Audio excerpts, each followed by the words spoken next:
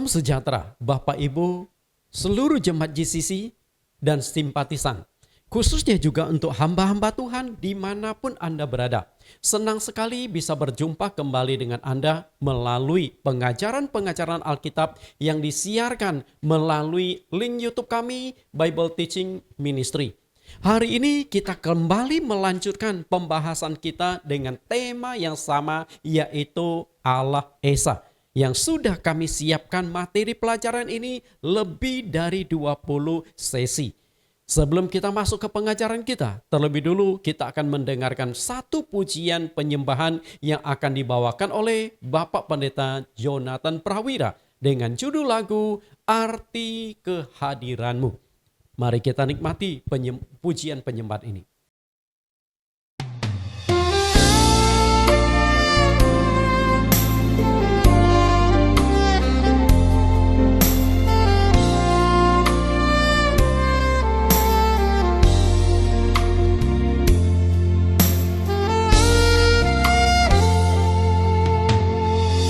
Jalanmu tak terselami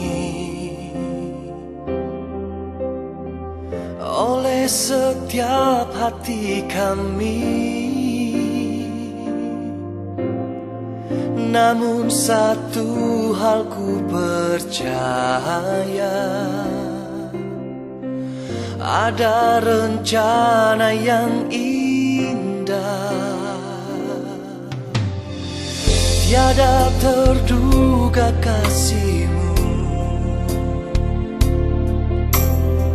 heran dan besar bagiku. Arti kehadiran-Mu selalu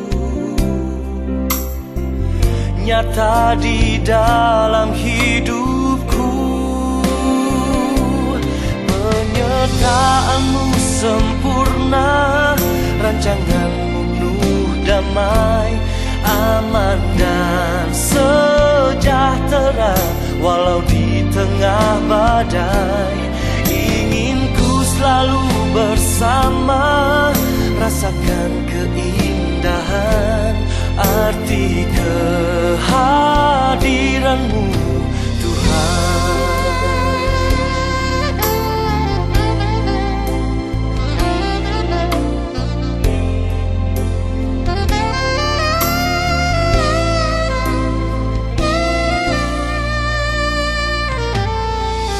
Jalanmu tak terselami oleh setiap hati kami, namun satu hal ku percaya, ada rencana yang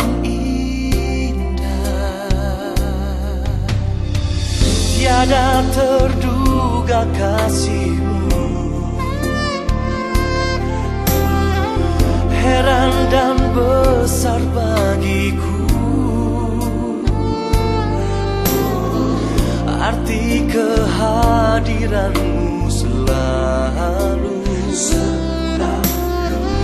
nyata di dalam hidupku. Penyertaan-Mu sempurna, rancangan-Mu penuh damai, aman dan sejahtera walau di tengah badai. Ingin ku selalu bersama, rasakan keindahan arti kehadiran-Mu Tuhan.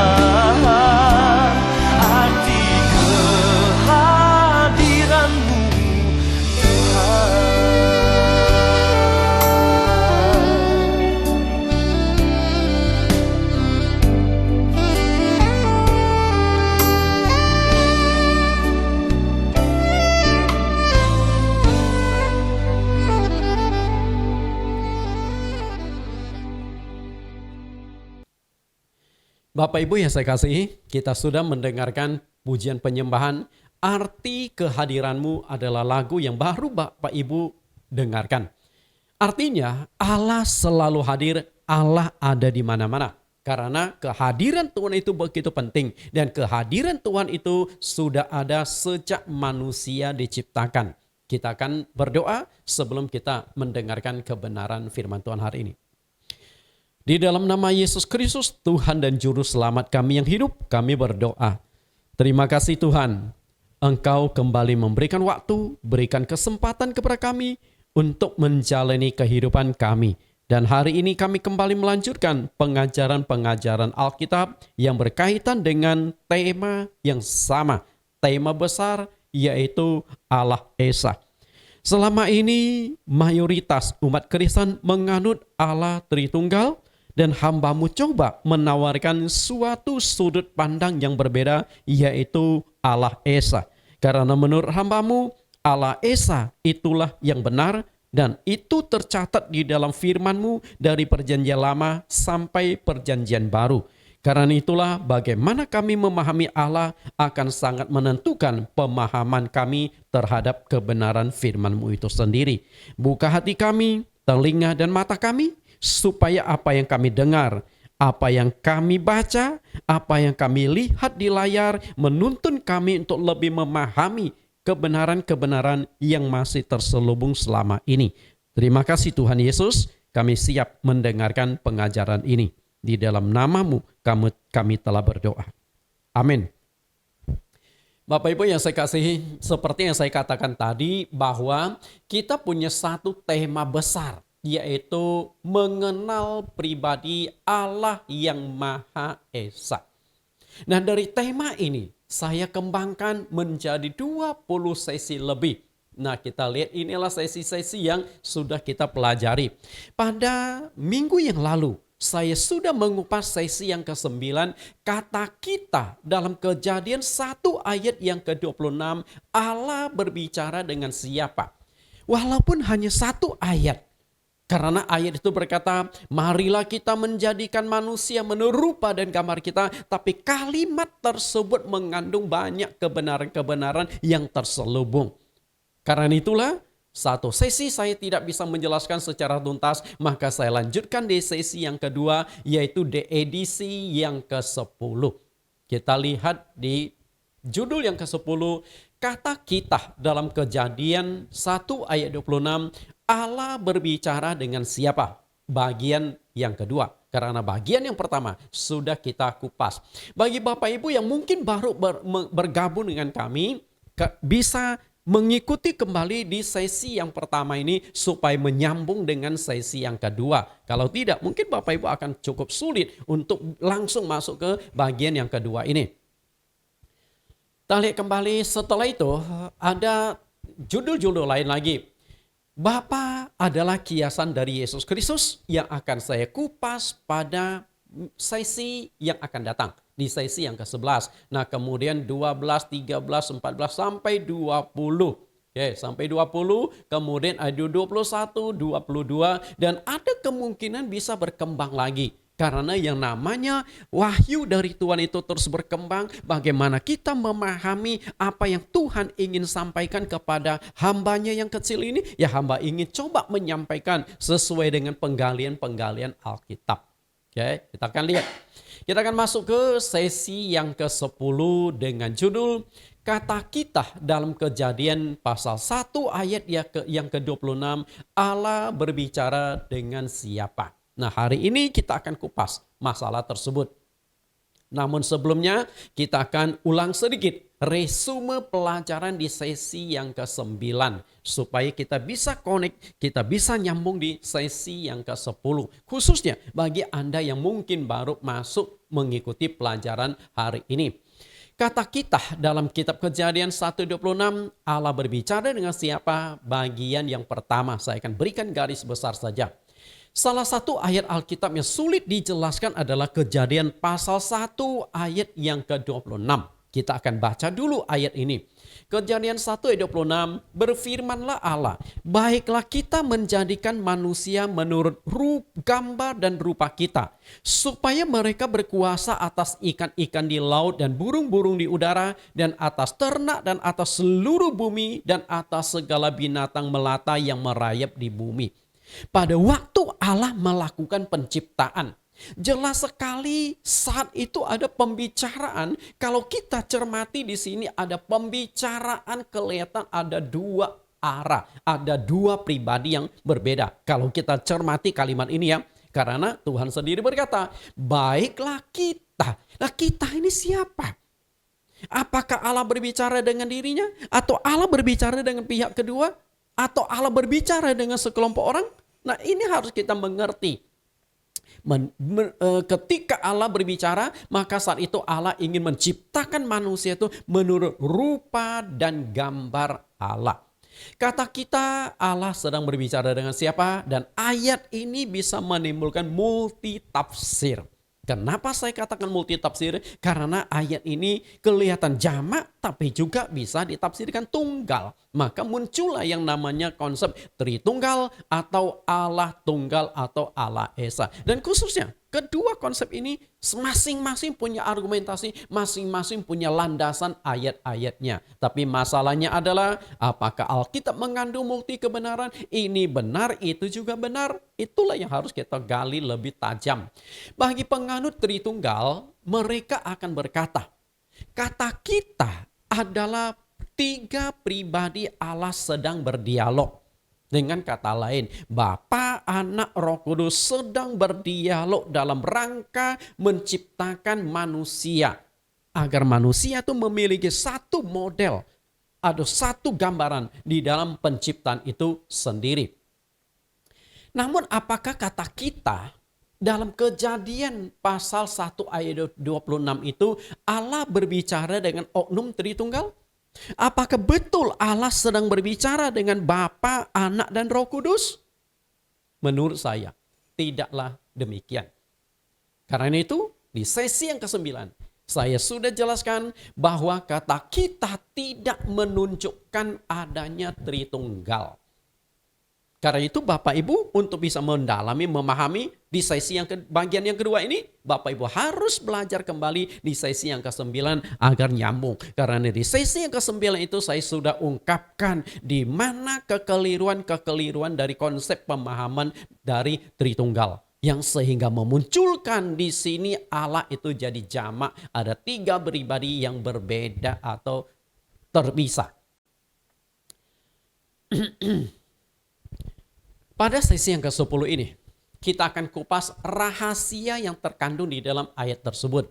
Sesungguhnya, kata kita, Allah berbicara dengan siapa pada waktu penciptaan. Ketika saya mengatakan bahwa konsep ini keliru, maka saya harus tunjukkan konsep yang menurut pemahaman saya ini yang benar. Nah, lalu kebenaran itu sangat subjektif, tergantung Anda. Kalau Anda setuju dengan pemahaman saya, berarti Anda dengan saya sama. Tapi kalau Anda tidak setuju, ya fine-fine saja. Karena yang namanya Alkitab masing-masing punya hak. Masing-masing boleh menafsirkan menurut keinginan sendiri. Tapi setiap penafsiran itu harus kita pertanggungjawabkan kepada Tuhan. Sama seperti saya menafsirkan bahwa Allah itu tunggal, Allah itu esa. Dari perjanjian lama sampai perjanjian baru konsisten bahwa Allah itu esa. Karena itu tafsiran saya pun akan saya pertanggungjawabkan kepada Tuhan. Demikian pula Bapak Ibu yang menganut Allah Tritunggal. Dan maaf kata-kata Tritunggal saja tidak ada di dalam Alkitab. Bapak Ibu tafsirkan itu Tritunggal, ya terserah. Karena Bapak Ibu juga harus mempertanggungjawab tafsiran itu, keyakinan Bapak Ibu itu di hadapan Tuhan. Karena itulah saya tidak ingin dihakimi dan saya tidak ingin menghakimi. Saya hanya menawarkan sudut pandang yang berbeda. Kebenaran apakah yang saya tawarkan itu benar atau tidak, penilaian kembali pada pribadi masing-masing. Kita perbandingkan kutipan ayat teks asli tulisan Ibrani kuno dengan bahasa Indonesia. Khususnya terbitan Lembaga Alkitab Indonesia. Nah, yang di sebelah kiri adalah teks asli bahasa Ibrani. tentang Kejadian pasal 1 ayat yang ke-26.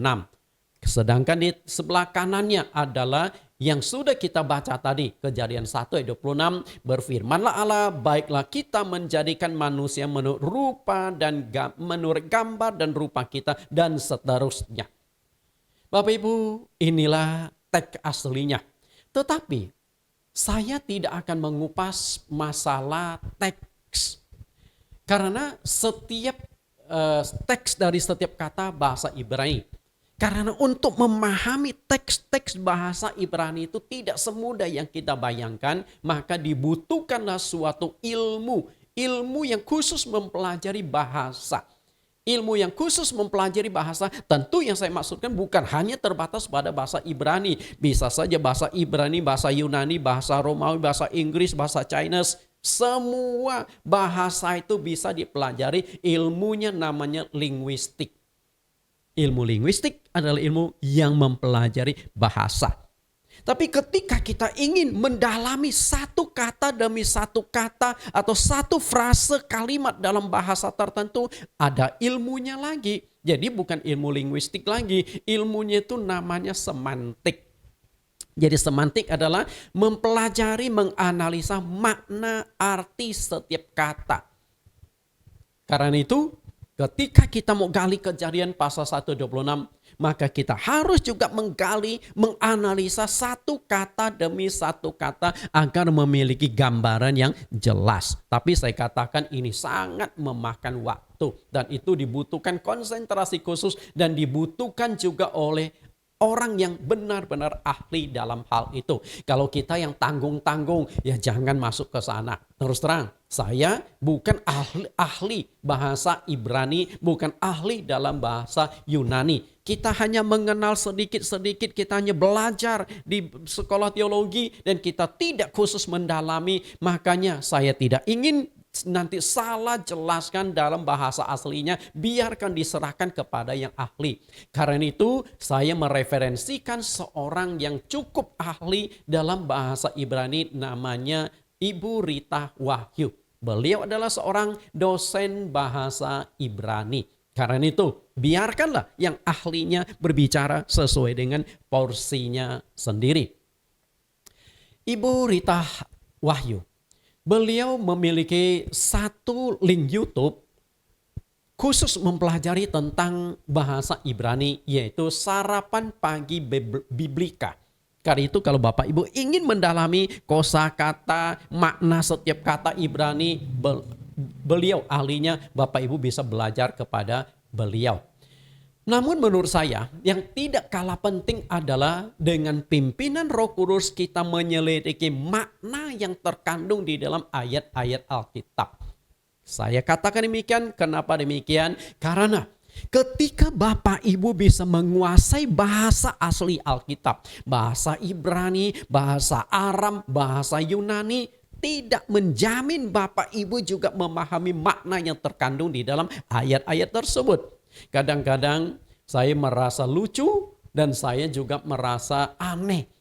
Banyak pengkhotbah di atas mimbar, dia bisa menguasai sedikit, mungkin maaf kata hanya 10% dari bahasa Ibrani atau bahasa Yunani. Rasanya dia sudah mengerti Alkitab, kutip bahasa Ibrani, kutip bahasa Yunani, lalu mulai khotbahkan sehingga tampak hebat sekali. Maaf kata Bapak Ibu, jika hanya mengerti 10%, apa jamin Bapak Ibu mengerti Alkitab? Maaf kata ya, bangsa Ibrani, bangsa Yahudi sendiri, yang mana kitab suci ditulis pakai bahasa mereka, peristiwa terjadi di tempat mereka, kebudayaan di tempat mereka, kemudian sejarahnya terjadi di tempat mereka. Ternyata mereka tetap tidak mengerti makna yang terkandung dari ayat-ayat yang mereka baca pakai bahasa tulisan negara mereka sendiri.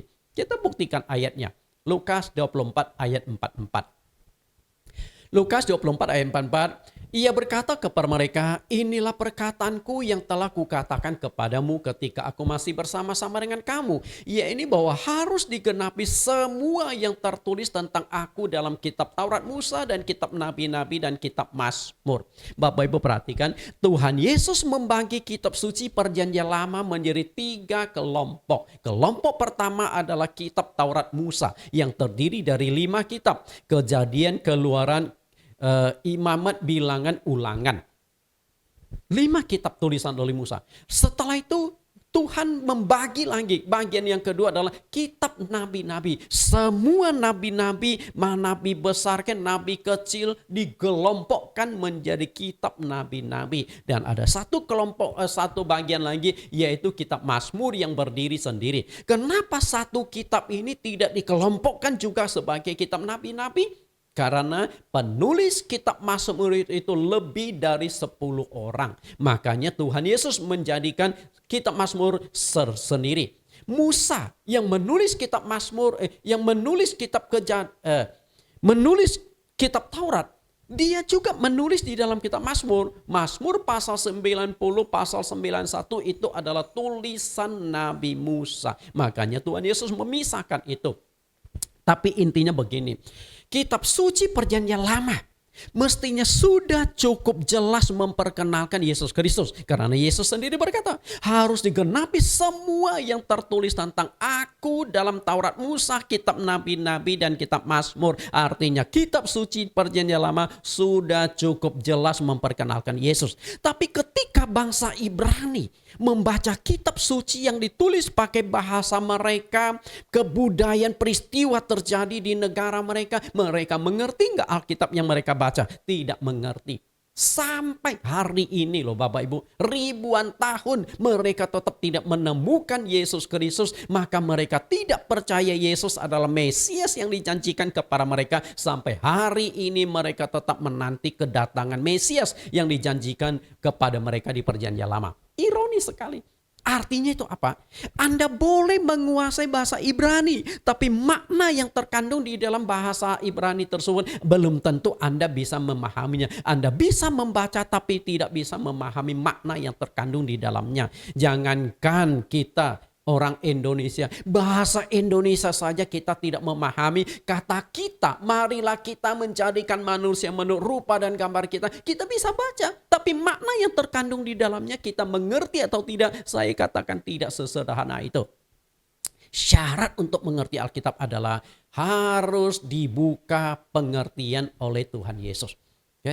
Maka di ayat 45, lalu ia membuka pikiran mereka sehingga mereka mengerti kitab suci. Jika Tuhan tidak membuka pikiran kita untuk memahami Alkitab, kita tidak akan bisa memahami Alkitab. Sekalipun oleh seorang profesor teologi, penulis kitab suci, bukan profesor. Artinya untuk memahami Alkitab tidak dibutuhkan otak profesor. Tidak dibutuhkan gelar S1, S2, S3, SS sampai S-Teller. Tidak dibutuhkan. Yang dibutuhkan adalah Tuhan buka pikiran kita apa enggak. Penulis kitab suci banyak yang pendidikannya rendah. Murid-murid Tuhan Yesus pendidikannya rendah. Tapi hasil tulisan mereka, siapa yang baca? Para teolog, para profesor teologi. Salah satunya murid Yesus yang menulis adalah Rasul Yohanes. Dia menulis Injil Yohanes, dia menulis kitab surat-surat Yohanes, dan dia menulis satu kitab dunia roh yang khusus berbicara tentang alam lain, tentang Allah, rahasia Allah, namanya kitab Wahyu. Yang menulis belum tentu lulusan SD. Tapi yang baca itu siapa? Profesor. Dan ketika mereka baca, mereka juga geleng kepala. Artinya, kalau Tuhan tidak buka pikiran, kita nggak akan bisa mengerti Alkitab. Intinya di sana. Karena itu mengerti bahasa asli Alkitab Ibrani, Yunani itu hanya membantu. Bukan menunjukkan bahwa Anda sudah mengerti kitab suci. Karena itu saya akan mengupas bukan dalam konteks bahasa asli Alkitab, tapi saya akan jelaskan dalam pemahaman bahasa Indonesia. Dalam ayat ini sangat jelas bahwa seseorang yang bisa mengerti bahasa asli Alkitab, Ibrani atau Yunani, tidak otomatis pasti mengerti makna yang terkandung di dalam ayat-ayat Alkitab. Syarat mutlak untuk bisa memahami Alkitab adalah harus memohon Tuhan membuka pikiran kita untuk memahami Alkitab. Kisah Rasul pasal 16 ayat 13 sampai ayat 14. Pada hari Sabat kami keluar pintu gerbang kota, kami menyusur tepi sungai dan menemukan tempat sembahyang Yahudi yang sudah kami duga ada di situ. Setelah duduk, kami berbicara kepada perempuan-perempuan yang ada berkumpul di situ. Seorang dari perempuan-perempuan itu bernama Lydia turut mendengarkan. Ia seorang penjual kain ungu dari kota Tiatira yang beribadah kepada Allah. Perhatikan kalimat ini, Tuhan membuka hatinya sehingga ia memperhatikan apa yang dikatakan oleh Paulus. Waktu Paulus dengan Silas masuk ke rumah ibadat orang Yahudi, sinagog, dia menemukan banyak perempuan-perempuan yang ada di dalam sinagog itu sedang beribadah di hari Sabat. Kemudian Paulus Silas dapat kesempatan untuk berkhotbah. Dan ketika dia berkhotbah, banyak perempuan yang mendengarkan. Tapi hanya ada satu wanita yang Tuhan bukakan pikirannya, buka hatinya untuk memahami apa yang dijelaskan oleh Paulus dan Silas, namanya Lydia. Akhirnya Lydia itu satu keluarga dibaptis, dia menjadi Tuhan Yesus. Dan kemungkinan besar kota Filipi, gereja Filipi berdiri adalah dari rumahnya Lydia. Karena setelah itu Paulus kan sempat diundang ke rumah Lydia. Kemudian kayaknya di rumah Lydia itulah dijadikan persekutuan doa dan berkembang menjadi gereja Filipi. Lalu perempuan-perempuan yang lain, apakah ada penjelasan mereka kemudian menjadi pengikut Yesus? Tidak. Mungkin mereka masih ada di agama Yahudi. Kenapa bisa demikian? Karena Tuhan tidak buka pikiran mereka. Tuhan hanya membuka pikiran, membuka hati Lydia untuk memahami Alkitab, dan akhirnya Lydia menemukan Yesus Kristus sebagai Tuhan dan juru selamat pribadinya. Nah, sekarang kita akan lihat kembali dalam Kejadian 1 ayat 26. Kita akan coba menggali rahasia yang terkandung di dalamnya. Semoga Tuhan membuka pikiran saya, semoga Tuhan membuka pikiran Bapak Ibu untuk memahami ayat yang sulit ini di Kejadian 1 ayat yang ke-26. Karena hal ini sangat penting.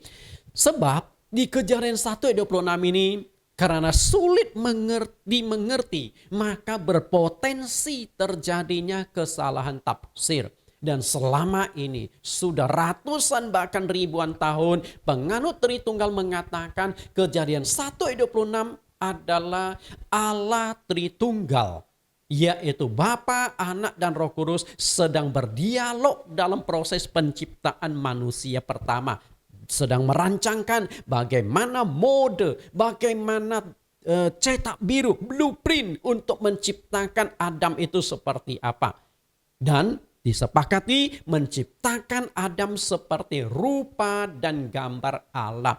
Tapi saya tidak setuju dengan pendapat dari kelompok Tritunggal yang mengatakan di sana ada Tritunggal yang sedang berdialog. Ketika saya katakan tidak setuju, tentu saya harus punya teori, harus punya argumen, harus punya penggalian tersendiri untuk membuktikan di mana yang saya punya ide pada pandangan tersebut. Karena itu hari ini kita akan kupas menurut saya. Menurut saya. Karena itu bisa saja saya salah kan, tapi bisa juga saya benar kan. Nah, tergantung sudut pandang. Karena setiap hamba Tuhan pasti mengatakan pandangan dia benar. Demikian pula saya. Ketika saya mengajar, menurut saya pandangan saya benar. Dan benar atau tidaknya kembali pada pribadi Bapak Ibu masing-masing yang mendengarkan pengajaran ini. Kalau menurut Bapak Ibu benar, mari kita sama-sama kembalilah ke dalam Alkitab yang menekankan tentang Allah itu tunggal, Allah itu esa. Kejadian 1:26 ada dua kemungkinan tafsiran. Kemungkinan yang pertama adalah pikiran Allah yang jamak, bukan pribadi Allah yang jamak. Nanti saya kupas. Lalu kemungkinan yang kedua adalah ada Allah saat itu sedang berbicara dalam satu forum namanya Dewan Musyawarah Allah. Dan kita akan buktikan berdasarkan ayat-ayat Alkitab betul nggak bahwa Dewan Musyawarah itu ada. Oke, hanya dua saja kemungkinan tersebut. Kita akan bahas. Bagian yang pertama adalah Kejadian 1:26 itu menunjuk pada pikiran Allah yang jamak, bukan pada pribadi Allah yang jamak. Harus bedakan. Kalau pribadi yang jamak berarti di dalam satu tubuh ada 3 pribadi, sedangkan kalau pikiran yang jamak, satu pribadi, satu tubuh, hanya pikirannya yang jamak. Artinya Allah berdialog dengan pikirannya sendiri. Dan saya akan jelaskan bagaimana pemahaman tersebut. Kelompok Allah Tritunggal atau Trinity. Bagi kelompok umat Kristen yang menganut doktrin Allah Tritunggal, Trinitas kata kita waktu penciptaan mereka tafsirkan itu adalah pembicaraan antara 3 oknum Allah itu. Bapa, Anak, dan Roh Kudus sedang berdiskusi, sedang berdialog bagaimana menciptakan manusia. Oke, model apa? Gambar seperti apa untuk menciptakan manusia? Tapi saya tadi katakan saya tidak setuju dengan konsep tersebut. Apakah umat Kristen yang menganut doktrin Allah Tritunggal pernah berpikir bagaimana penataan posisi atau kedudukan 3 pribadi pada waktu mengarahkan penciptaan? Pembicaraan tersebut. Coba renungkan Bapak Ibu. Bapak Ibu kan menganut Allah Tritunggal. Oke? Perhatikan ya, menganut Allah Tritunggal. Nah, waktu terjadi dialog, marilah kita menjadikan manusia menurut gambar dan rupa kita. Posisi duduknya itu seperti apa? Bapak kanan, Anak kiri, Roh Kudus di tengah atau gimana? Coba bayangkan Bapak Ibu sebelum kita kupas lebih jauh. Coba bayangkan. Apakah itu 3 pribadi berdialog terpisah?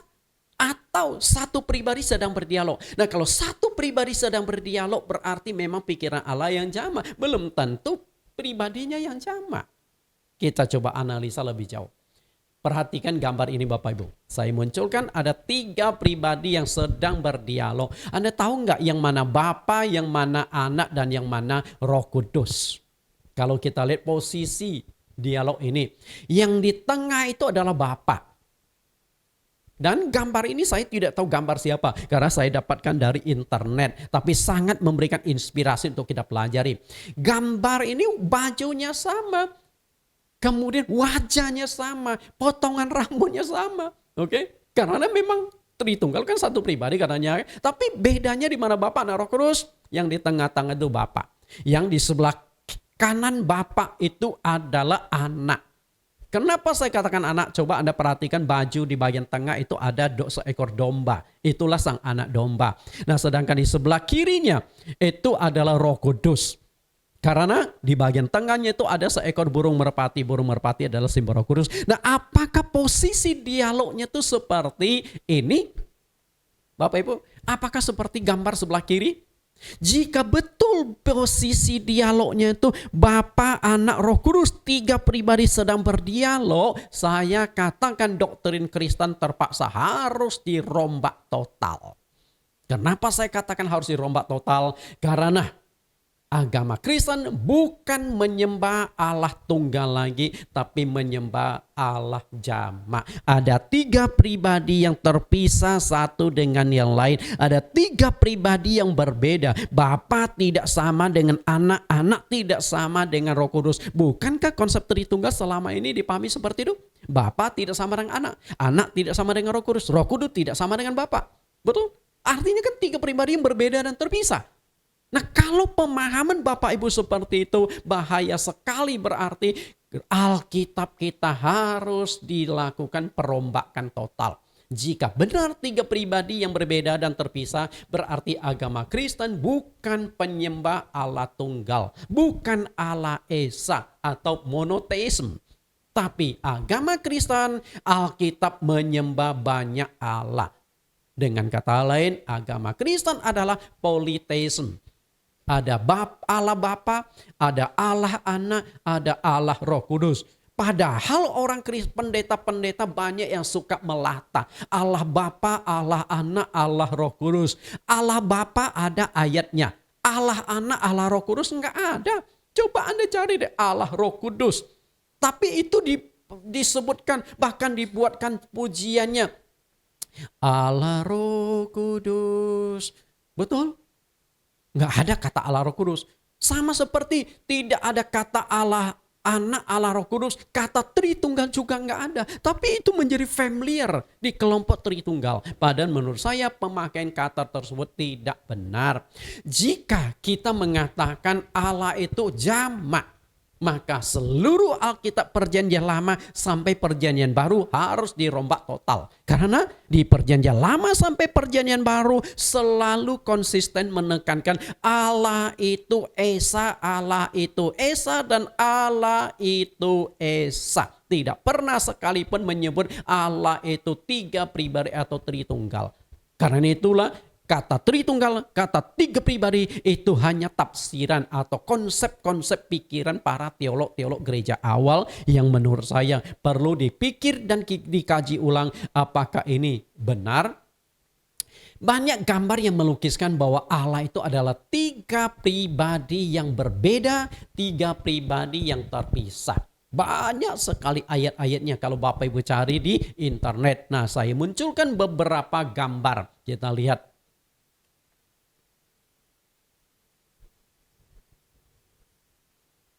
Oke, saya munculkan ada 8 gambar yang melukiskan adanya 3 pribadi yang berbeda, 3 pribadi yang terpisah.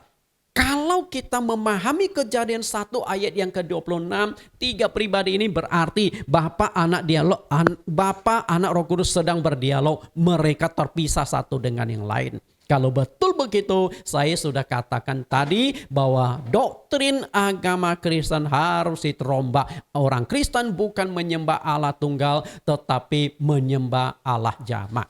Tapi anehnya, orang Kristen mati-matian, penganut Tritunggal mati-matian membela, kami tidak menyembah Allah jamak, kami menyembah Allah tunggal.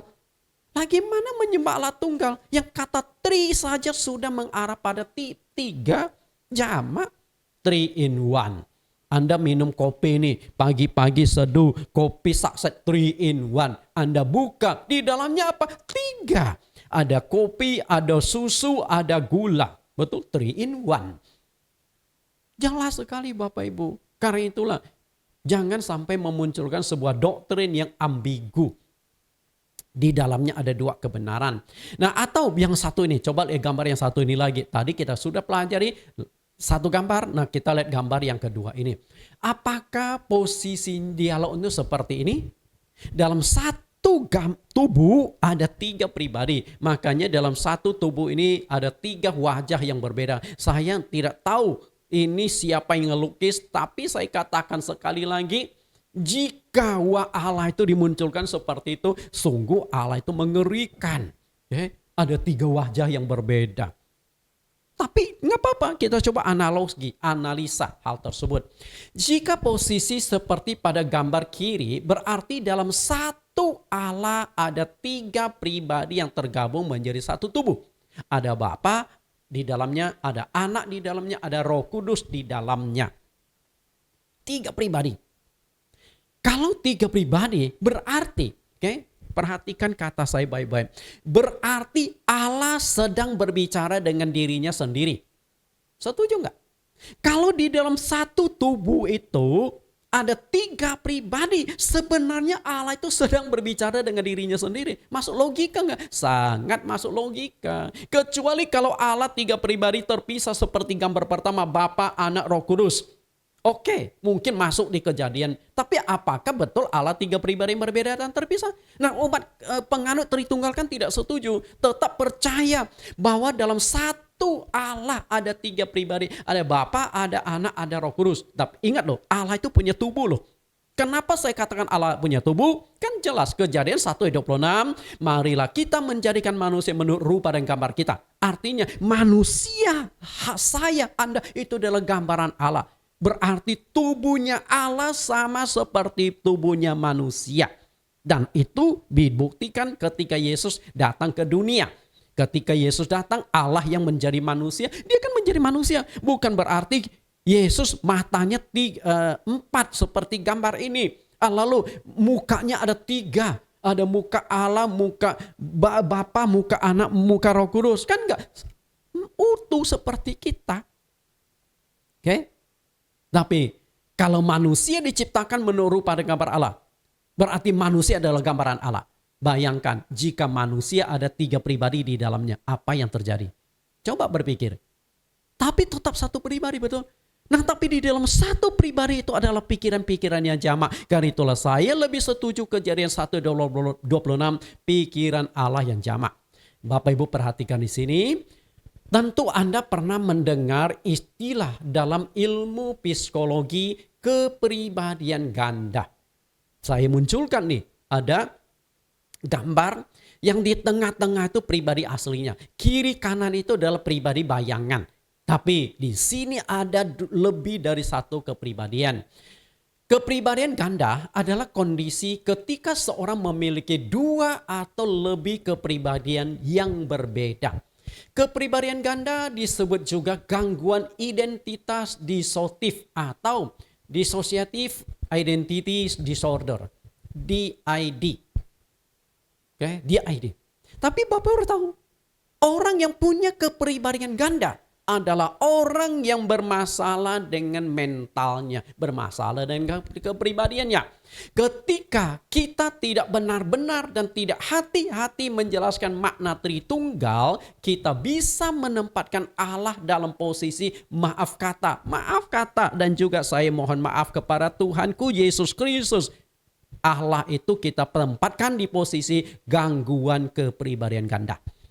Mengerikan gak? Doktrin demikian, mengerikan loh. Artinya doktrin Tritunggal, kalau Anda tidak hati-hati menjelaskan, Anda itu memposisikan Allah itu punya kepribadian ganda. Ada Bapa, ada Anak, ada Roh Kudus. Nanti yang muncul pribadi Bapa, nanti yang muncul pribadi Anak, nanti yang muncul pribadi Roh Kudus. Berbeda-beda. Bahaya nggak? Bahaya sekali. Artinya doktrin Allah Tritunggal adalah doktrin yang memposisikan Allah punya kepribadian ganda. Dalam satu tubuh ada 3 pribadi. Bahaya sekali menurut saya pemahaman tersebut. Karena itulah marilah kita coba berpikir lebih jernih, berpikir ulang. Jangan asal mentah-mentah ditelan, tapi dikajilah lebih mendalam. Apakah bisa diterima dengan logika dan dasar ayat Alkitab bahwa dalam satu tubuh Allah ada 3 pribadi yang saling berdialog untuk merancangkan penciptaan atas diri manusia, yang kita sudah baca beberapa kali di Kejadian 1:26, baiklah kita menjadikan manusia menurut rupa dan gambar kita. Apakah masuk akal, masuk logika? 3 pribadi dalam diri Allah itu sedang berdialog. Menurut saya tidak masuk logika.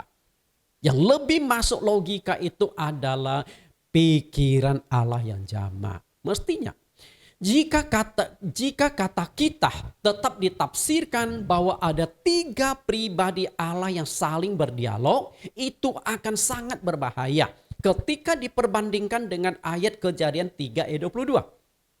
Kita coba dalami. Bahayanya di mana? Kalau Anda mengatakan Kejadian 1:26 adalah 3 pribadi Allah, Tritunggal, Bapa, Anak, Roh Kudus sedang berdialog. Itu bahaya. Bahayanya coba perbandingan Kejadian pasal 3 ayat 22, karena ayat ini kata kita juga muncul kembali. Kita akan baca dulu Kejadian 3 ayat 22. Berfirmanlah Tuhan Allah, sesungguhnya manusia itu telah menjadi seperti salah satu dari kita. Perhatikan kata ini ya, menjadi seperti salah satu dari kita. Perhatikan kata kitanya. Sama kita dengan Kejadian 1:26.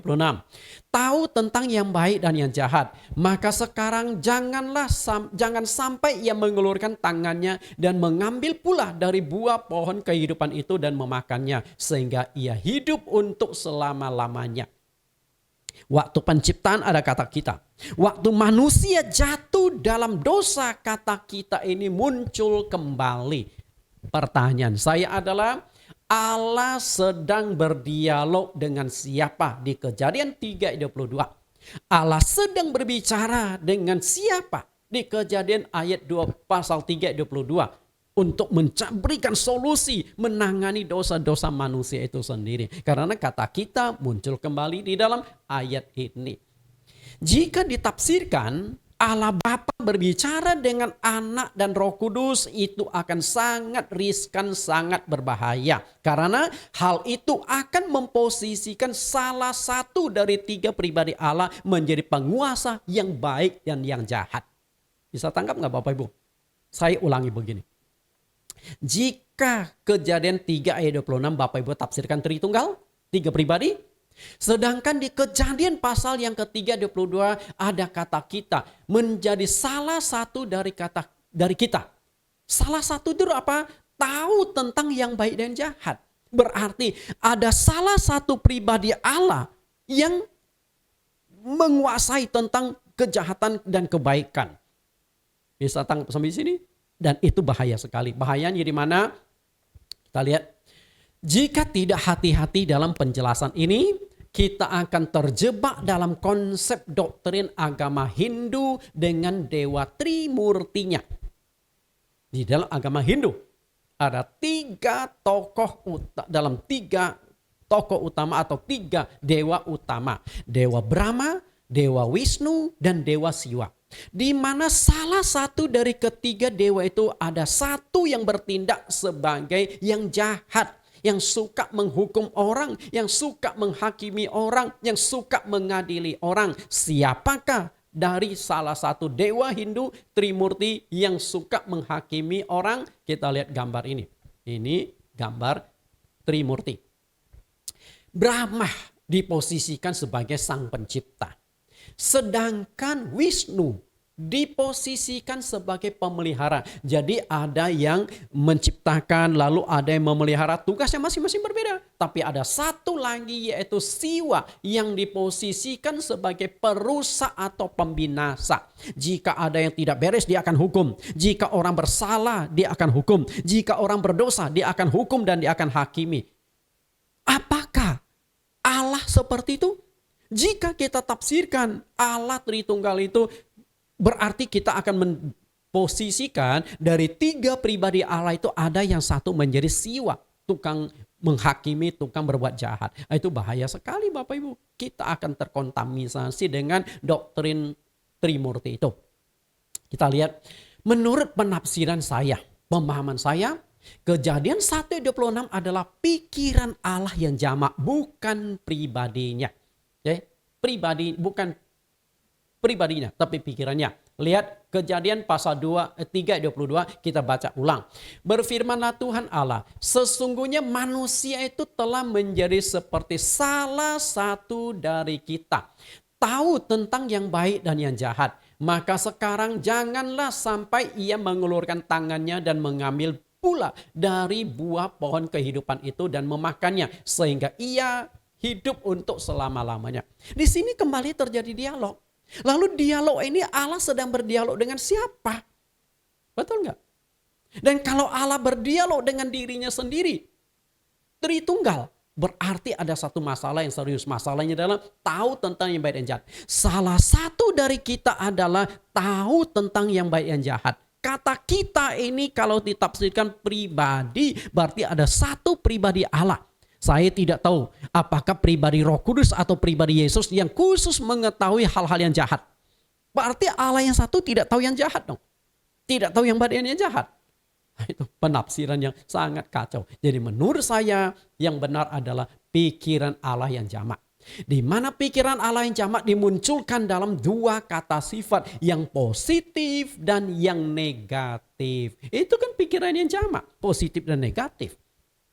Oke, saya akan kupas lebih jauh pikiran yang jamak atau masalah positif dan negatif itu. Bukti adanya pikiran Allah yang jamak atau positif dan negatif adalah dari perkataan iblis. Nah, kita lihat perkataan iblis tentang kata Allah itu. Salah satu dari Allah itu. Kita lihat. Kejadian 3 ayat yang 5. Tetapi Allah mengetahui bahwa pada waktu kamu memakannya, matamu akan terbuka dan kamu akan menjadi seperti Allah, tahu tentang yang baik dan yang jahat.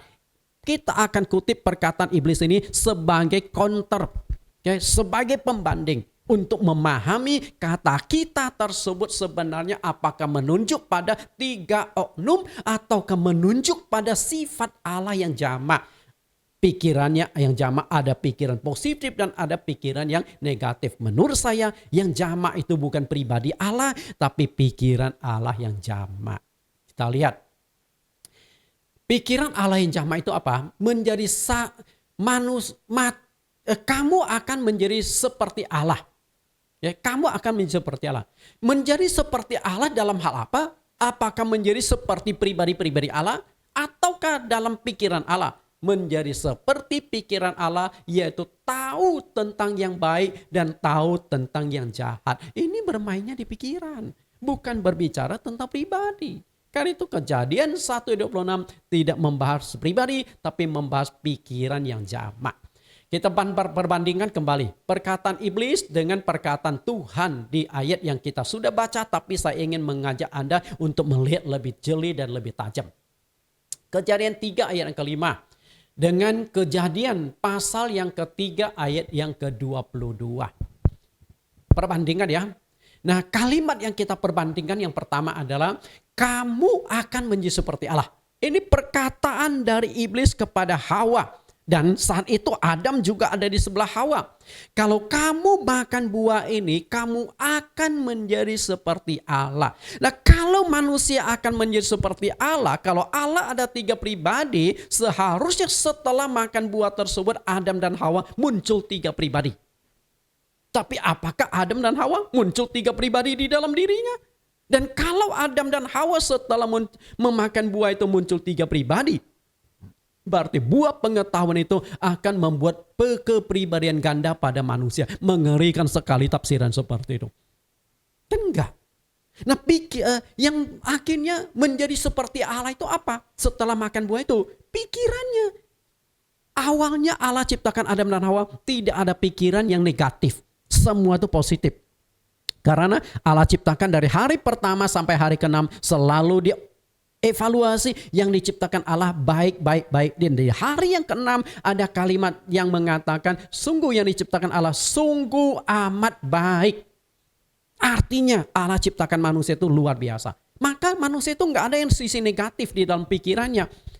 Adam lihat Hawa telanjang, Hawa lihat Adam telanjang biasa saja. Karena memang nggak ada pornografi, nggak ada negatif. Tapi begitu mereka makan buah tersebut, lalu pikiran mereka sudah mulai rusak. Sudah tahu yang negatif. Begitu makan buah itu mata mereka terbuka. Loh Adam, kok kamu telanjang? Hawa, kamu juga telanjang. Nah, yang ada itu dalam pikiran mereka. Nah, salah satu dari Allah itu adalah pikiran yang jamak. Berarti bukan pribadi yang jamak. Kita lihat perkataan dari Tuhan. Kejadian 3:22, sesungguhnya manusia itu telah menjadi seperti salah satu dari kita. Nah, apakah setelah makan buah tersebut manusia menjadi salah satu dari Allah? Tidak. Betul, manusia tetap sama manusia. Enggak jadi Tuhan, enggak jadi Allah. Mereka dibohongi oleh iblis, kamu akan seperti Allah. Tapi ada satu kebenaran yang terkandung. Manusia telah menjadi seperti Allah itu bukan dalam pribadi, tapi dalam pikiran. Tahu tentang yang baik dan yang jahat gara-gara buah tersebut. Ternyata salah satu dari Allah itu adalah tentang sifat, kata sifat, bukan kata pribadi. Lalu kita lihat di sini. Kamu akan menjadi seperti Allah. Setan itu adalah makhluk roh. Makhluk roh. Allah itu roh, malaikat roh, iblis juga roh. Maka sesama makhluk roh, pasti mereka saling memahami, saling mengenal. Kita kan mengenal Allah sulit karena kita terbatas jasmani. Tapi iblis dan malaikat itu pasti mengenal Allah dengan sangat baik. Dan bagaimana pemahaman iblis tentang Allah? Apakah iblis percaya dengan doktrin Tritunggal? Iblis tidak percaya doktrin Tritunggal. Anda tahu nggak? Nah, saya buktikan ayatnya. Yakobus 2 ayat 19. Engkau percaya bahwa hanya ada satu Allah saja. Perhatikan ya, saya cetak merah dan diberi garis bawah. Hanya satu Allah saja. Itu baik, tetapi setan-setan pun juga percaya akan hal itu dan mereka gemetar. Ternyata setan-setan itu nggak percaya sama doktrin Tritunggal. Karena dalam dunia roh setan bisa lihat bahwa Allah itu tunggal, Allah itu esa, bukan Tritunggal. Karena itulah Jika kita memunculkan konsep Tritunggal, iblis tuh ketawa. Yang benar aja loh, masa Tuhan yang kalian sembah ada 3? Tapi iblis akhirnya gosok. Oh benar-benar, betul. Tuhan yang kalian sembah, gak apa-apa. Terus saja doktrin ini. Padahal itu doktrin yang sebenarnya keliru. Ya. Iblis tuh gak percaya Allah itu 3 pribadi. Sudah jelas, setan-setan juga percayakan hal itu. Percaya apa? Bahwa hanya ada satu Allah saja. Bukan 2, bukan 3. Bapak Ibu, saya katakan agak ekstrim hari ini ya. Supaya kita menyadari di mana letak kesalahan yang fatal itu. Oke, lalu kata kedua yang akan kita perbandingkan. Tahu tentang yang baik dan yang jahat. Dan Tuhan juga berkata salah satu dari kita itu apa? Tahu tentang yang baik dan yang jahat. Jadi berarti salah satu dari kita itu adalah pikiran Allah yang jamak. Bukan pribadinya yang jamak. Bapak Ibu, jelas nggak sampai di sini? Jelas sekali kata kita dalam ayat ini bukan 3 pribadi Allah, melainkan pikiran Allah yang jamak. Di dalam pikiran Allah itu ada yang Allah kan maha tahu. Dia tahu yang baik dan tahu yang jahat, tahu yang positif dan negatif. Karena sang pencipta itu pasti tahu dong. Nah manusia dilarang makan buah pengetahuan baik dan jahat supaya manusia itu tidak menjadi salah satu dari Allah, yaitu pikiran Allah. Tahu tentang yang negatif-negatif. Karena tahu negatif nggak ada gunanya. Karena begitu Adam dan Hawa tahu yang negatif, terjadi konflik. Yang dilihat adalah kelemahan-kelemahannya. Adam lihat Hawa telanjang, Hawa lihat Adam telanjang. Jadi pikiran negatif itu selalu melihat kekurangan orang. Pikiran negatif itu selalu melihat yang buruk. Jika semua pikiran positif, saya katakan hidup ini akan jauh lebih baik. Tidak ada konflik karena kita selalu menilai orang dari baik. Ketika kita punya pikiran negatif, curiga, kita selalu menilai orang dari negatif. Sama juga ketika saya memunculkan satu pemahaman yang berbeda dengan selama ini Bapak Ibu percaya, yaitu Allah Tritunggal, Bapak Ibu pasti akan cap saya sesat. Negatif kan pikirannya. Pak Nathan sesat, doktrinnya aneh, ajarannya keliru. Tapi saya ingin katakan, kalau betul ajaran sesat, biarlah Tuhan yang akan memberitahukan ke saya, Nathan, ajaranmu sesat. Maka saya akan dengan rendah hati menyampaikan permohonan maaf di dalam YouTube saya. Bapak Ibu, ternyata saya ditegur oleh Tuhan. Doktrin yang saya ajarkan tentang Allah Esa, Allah Tunggal ini sesat atau keliru. Saya siap sedia minta maaf. Tapi jika Tuhan tidak sampaikan kepada saya, ya terserah. Karena di dalam YouTube akan bertahan.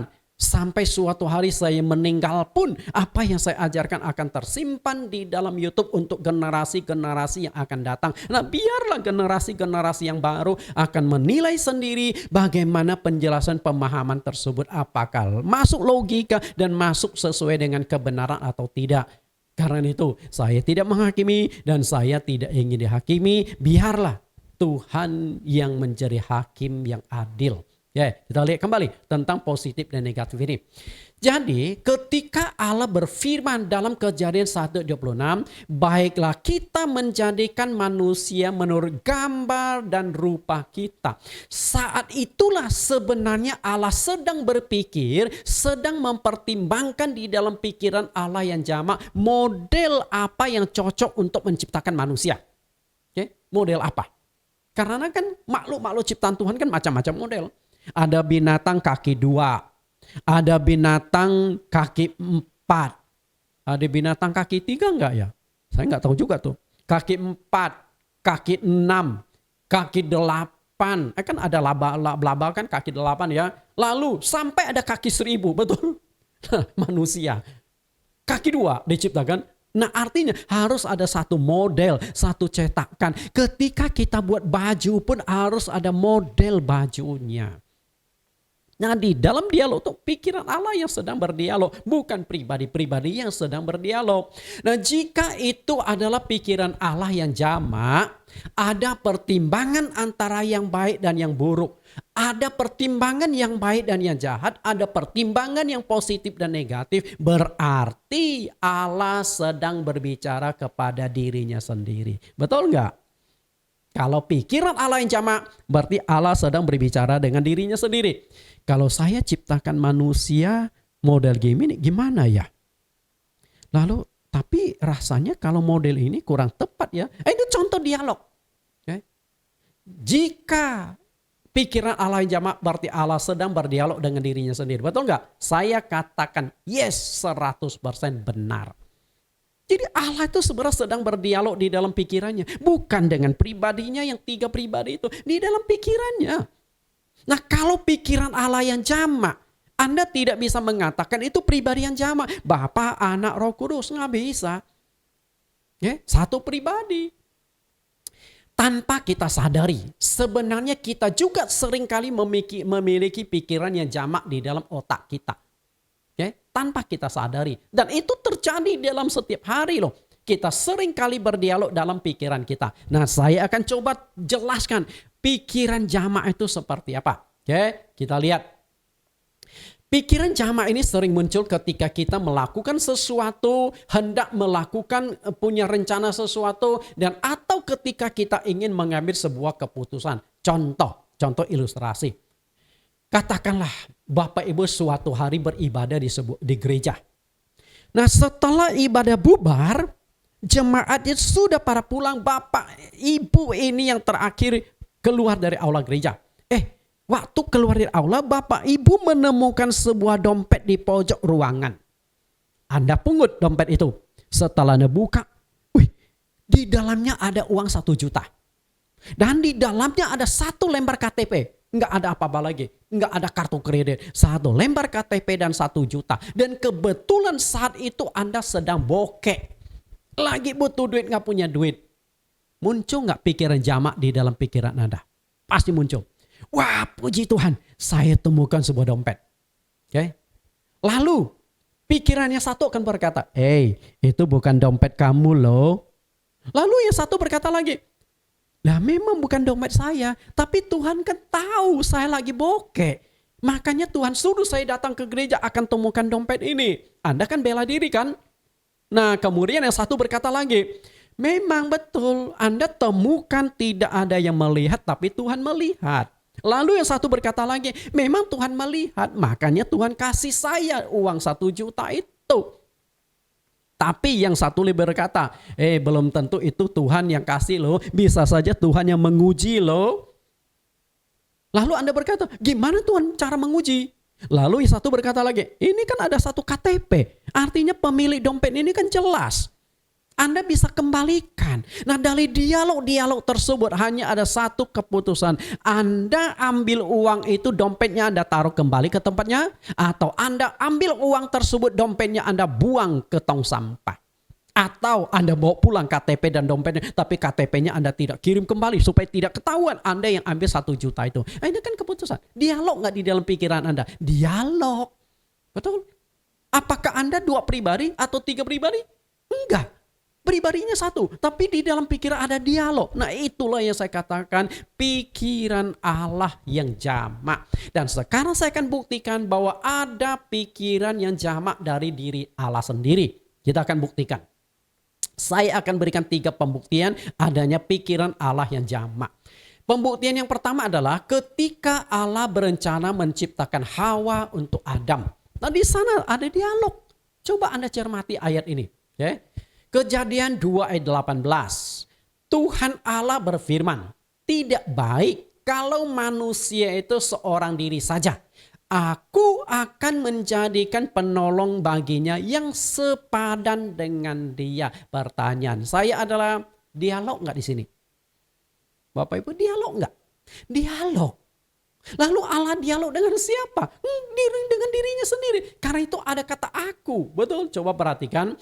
Dalam ayat itu sangat jelas bahwa Allah sedang berdialog dengan dirinya sendiri. Artinya Allah sedang berdialog dengan pikirannya sendiri. Karena setelah ciptakan Adam, lalu Allah kasih tugas kepada Adam, kasih nama semua hewan-hewan.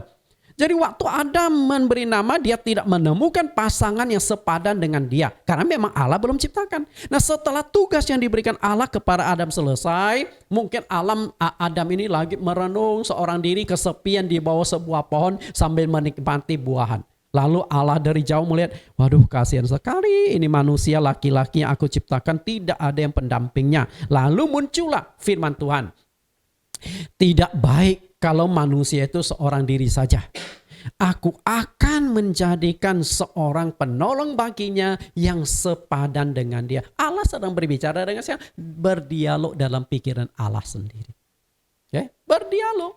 Karena itu perhatikan kata aku. Kata aku jelas ini hanya ada satu pribadi. Jadi ketika Allah menciptakan Hawa, Allah berbicara satu pribadi dengan dirinya tentang bagaimana cara menciptakan Hawa. Nah dari keputusan tersebut setelah Allah berbicara dengan pikirannya, pasti Allah saat itu juga berpikir, aku menciptakan Adam dengan debu tanah. Apakah aku akan ciptakan Hawa juga dengan debu tanah ya? Setelah pikir-pikir, lalu Allah muncul ide. Oh, aku akan ciptakan Hawa atau perempuan dari tulang rusuk Adam saja. Supaya mereka memang dari satu orang. Maka ketepatlah di dalam Kisah Rasul pasal yang ke-17 ayat yang ke-26. Dari satu orang saja ia telah menciptakan seluruh bangsa dan seluruh penduduk bumi. Dari satu orang, yaitu dari Adam. Maka akhirnya Allah menciptakan Hawa dari tulang rusuk Adam. Itu pikiran Allah yang jamak. Oke, pikiran Allah yang jamak. Nah, lalu yang kedua. Ketika Allah bertemu dengan Abraham, ketika Allah punya rencana untuk memusnahkan kota Sodom dan Gomora. Kita lihat pikiran Allah yang jamak ini muncul. Dan Allah berdialog dengan dirinya muncul. Kita lihat Kejadian pasal 18 ayat 17. Berpikirlah Tuhan, apakah aku... Oke, perhatikan berpikirlah Tuhan. Artinya sedang ada dialog di dalam pikiran Tuhan sendiri. Akan menyembunyikan kepada Abraham apa yang hendak kulakukan ini? Bukankah sesungguhnya Abraham akan menjadi bangsa yang besar dan serta berkuasa? Dan oleh dia segala bangsa di atas bumi akan mendapat berkat. Sebab aku telah memilih dia supaya diperintahkan kepada anak-anaknya dan kepada keturunannya supaya tetap hidup menurut jalan yang ditunjukkan Tuhan dengan melakukan kebenaran dan keadilan. Dan supaya Tuhan memenuhi kepada Abraham apa yang dijanjikannya kepadanya. Bapak Ibu penganut Allah Tritunggal, perhatikan di sini. Allah berdialog di dalam pikirannya enggak? Berdialog. Oke, berdialog.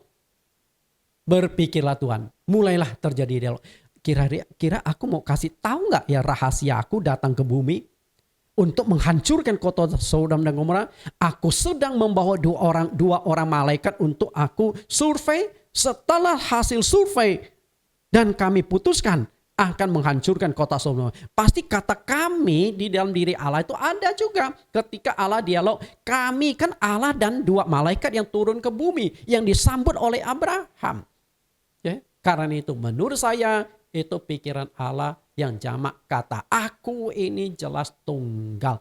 Nah di dalam ayat ini ada dua kali menekankan tentang aku. Apakah aku di dalam kalimat pertama. Lalu kata yang kedua adalah ayat yang ke-19 kalimat kedua. Sebab aku telah memilih dia. Kata aku itu jelas tunggal. Tapi kata aku ada dialog di dalam diri aku. Dalam diri Allah itu sendiri. Artinya pikiran Allah yang jamak. Jika waktu bertemu dengan Abraham, Allah atau pikiran Allah bisa berdialog dengan dirinya sendiri. Mengapa Kejadian 1 ayat 26 Allah tidak bisa berbicara atau berdialog dengan diri sendiri? Berfirmanlah Allah, baiklah kita. Kalau di Kejadian 18 ayat 17, berfirmanlah Tuhan, aku. Jadi kadang-kadang Allah itu menyebut dirinya dengan kata tunggal. Kata tunggal, aku. Kadang-kadang Allah menyebut dirinya dengan kata majemuk atau kata jamak, yaitu kita. Dan itu tidak menunjuk adanya tiga pribadi. Tapi pikiran Allah yang jamak. Ada pikiran positif, ada negatif. Nah sama juga, Allah kan berpikir, lebih baik mana ya? Aku kasih tahu kepada Abraham atau tidak. Bahwa aku akan menghancurkan kota Sodom dan Gomora. Allah kan berpikir, plus minusnya. Baiknya apa, buruknya apa. Ya. Itu dia Bapak Ibu, pikiran yang jamak. Lalu kita lihat yang ketiga. Ketika Yesus melakukan doa syafaat kepada Bapa yang dicatatkan di dalam Yohanes pasal 17 ayat 1 sampai ayat yang ke-26. Ketika Yesus berdoa syafaat itu kata kita muncul di dalam isi doa Yesus. Nah, kita akan kutip salah satu bagian dari doa Yesus. Karena di Yohanes pasal 17, 26 ayat 1 sampai 26, semua itu menceritakan Yesus berdoa kepada Bapa. Tapi kita harus menggambarkan dulu seakan-akan ada dua pribadi. Yesus berdoa kepada Bapa. Kelihatan ada dua pribadi yang berbeda dan terpisah. Itu yang difahami oleh doktrin Tritunggal. Karena pernah satu kali ketika saya dialog dengan seorang hamba Tuhan yang sangat kental dengan Tritunggal, saya bahas tentang doa. Dia berkata, kalau Pak Nathan beranggapan Yesus dengan Bapa itu satu pribadi yang sama, lalu Yesus berdoa kepada siapa? Apakah berdoa kepada dirinya sendiri? Apakah Yesus sedang berbuat sandiwara? Oke, coba kita analisa ya. Kita lihat dulu. Yohanes 17 ayat 11. Dan aku tidak ada lagi dalam dunia, tetapi mereka masih ada di dalam dunia. Dan aku datang kepadamu, ya Bapa yang kudus. Jelas ya, Yesus berdoa kepada Bapa. Peliharalah mereka dalam namamu, yaitu namamu yang telah engkau berikan kepadaku, supaya mereka menjadi satu sama seperti kita. Perhatikan kata kita muncul kembali. Kalau Anda tidak hati-hati memahami Yohanes 17 ayat 11, kembali ada dui tunggal, bukan tritunggal loh. Oke? Karena Roh Kudus tidak dilibatkan dalam ayat ini. Ada Bapa dan Anak saja. Dui tunggal. Oke? Dui tunggal jelas. Tapi betulkah Allah dengan Yesus dengan Allah itu dua pribadi yang berbeda dan terpisah? Perhatikan di sini. Menurut saya tidak. Yesus dengan Allah itu satu. Satu. Kenapa saya katakan demikian? Coba kita nama dulu. Nama. Jika Yesus dengan Bapa itu dua pribadi yang berbeda, seharusnya dua nama.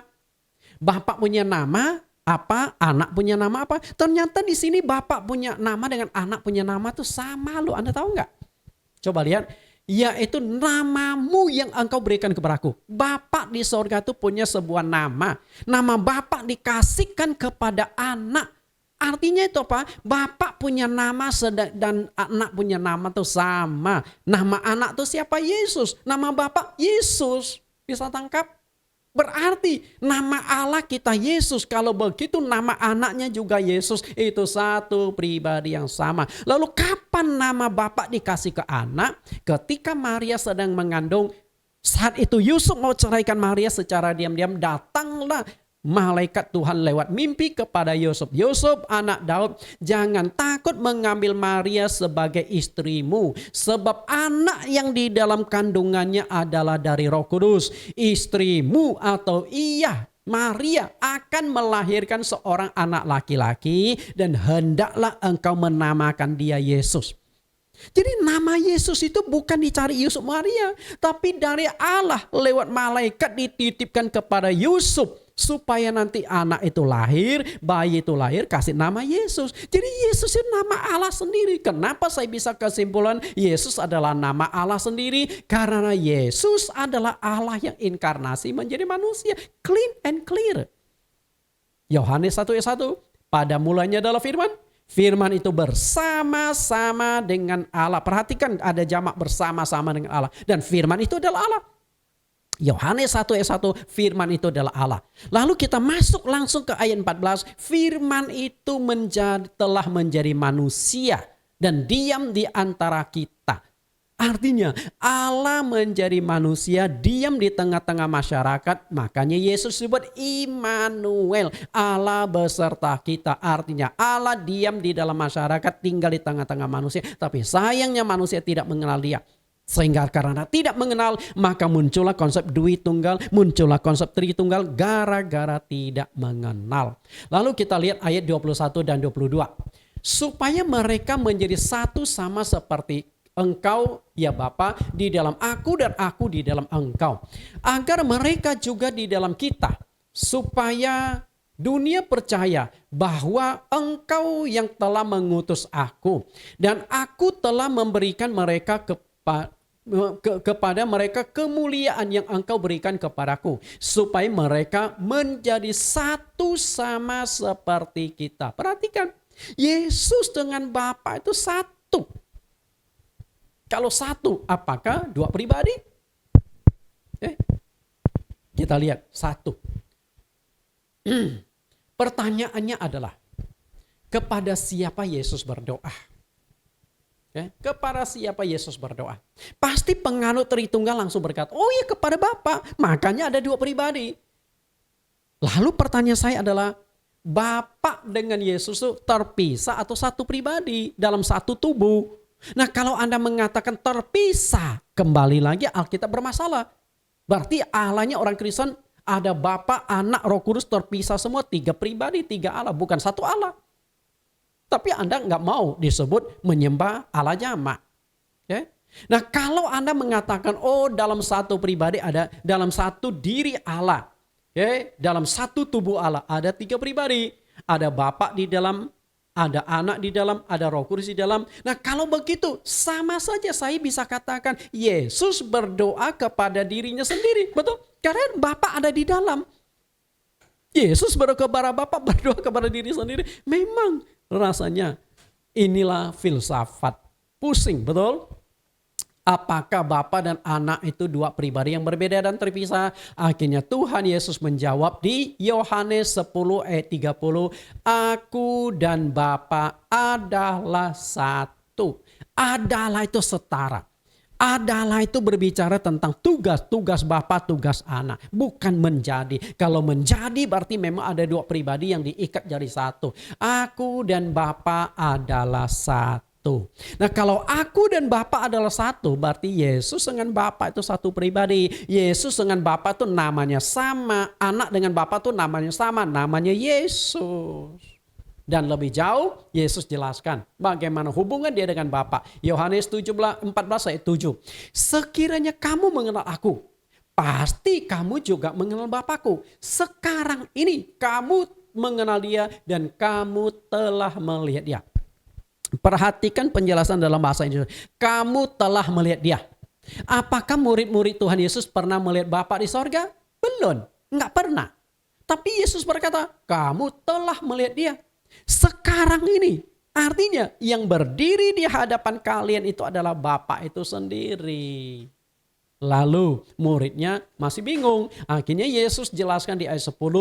Tidak percaya ke engkau bahwa aku di dalam Bapa, Bapa di dalam aku. Apa yang aku katakan kepadamu tidak aku katakan dari diriku sendiri. Tetapi Bapa yang diam di dalam aku. Dialah yang melakukan pekerjaannya. Jadi ketika Yesus berdoa, dia berdoa kepada Bapa. Sedangkan Bapa itu ada di dalam diri Yesus. Sama saja Yesus berdoa kepada dirinya sendiri, betul. Tapi satu hal saya ingin katakan, Yesus berdoa itu hanya memberikan contoh, teladan, dan juga menjelaskan pengajaran-pengajaran lewat doa-doa. Sama seperti Yesus berdoa di Taman Getsemani itu. Pahami itu. Okay? Kemudian, manusia diciptakan menurut rupa dan gambar Allah. Lalu, siapakah yang memiliki rupa dan gambar Allah? Artinya Adam diciptakan menurut rupa dan gambar Allah. Lalu rupa dan gambar Allah itu sebenarnya siapa dia? Kita lihat di 2 Korintus 4 ayat 4. Yaitu orang-orang yang tidak percaya, yang pikirannya telah dibutakan oleh ilah zaman ini. Sehingga mereka tidak melihat cahaya Injil tentang kemuliaan Kristus yang adalah gambaran Allah. Ternyata gambaran Allah itu Yesus Kristus. Luar biasa kan? Ketika Allah berkata, marilah kita menjadikan manusia menurut rupa dan gambar kita. Ternyata gambar Allah itu Yesus. Artinya manusia itu diciptakan menurut gambarnya Yesus. Dan Yesus itu adalah Allah, sang pencipta itu sendiri. Jadi kembali lagi tunggal. Perjanjian lama Allah Esa, perjanjian baru Allah Esa, transisi juga Allah Esa. Makanya Yesus katakan di Lukas pasal yang ke-24 ayat 44.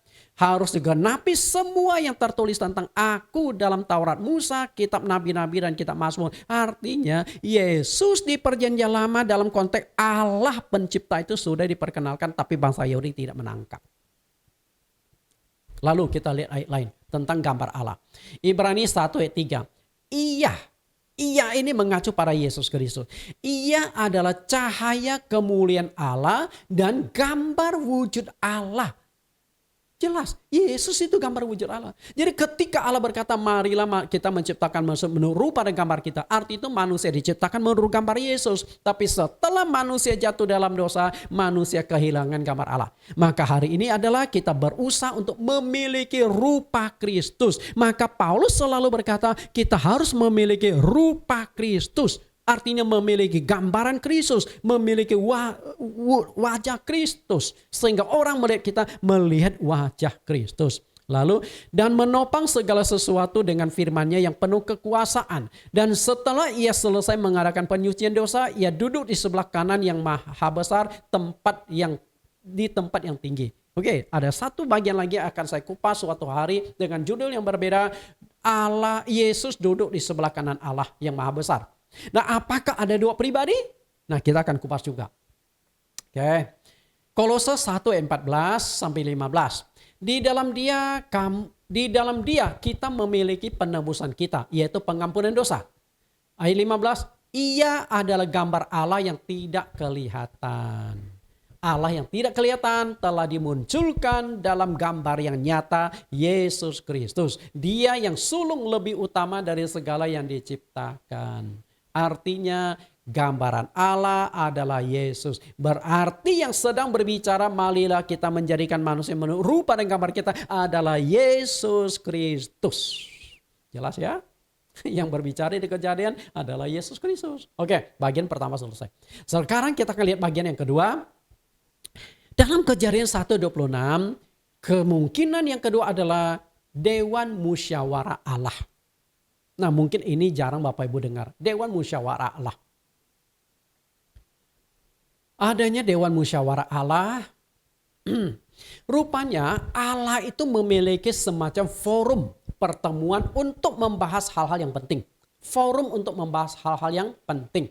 Wadah ini dipakai Allah untuk mengadakan musyawarah. Nah, kalau musyawarah berarti kan bukan Allah sendiri. Ada yang datang sekelompok makhluk roh. Lalu mengadakan sidang ilahi. Sama juga sidang ilahi juga ada sekumpulan makhluk roh yang hadir dalam sidang itu. Kita buktikan ayat-ayatnya. Kelompok Yahudi Rabinik. Kata kita dalam Kejadian 1:26 dijelaskan Allah sedang berbicara dalam sebuah dewan musyawarah Tuhan.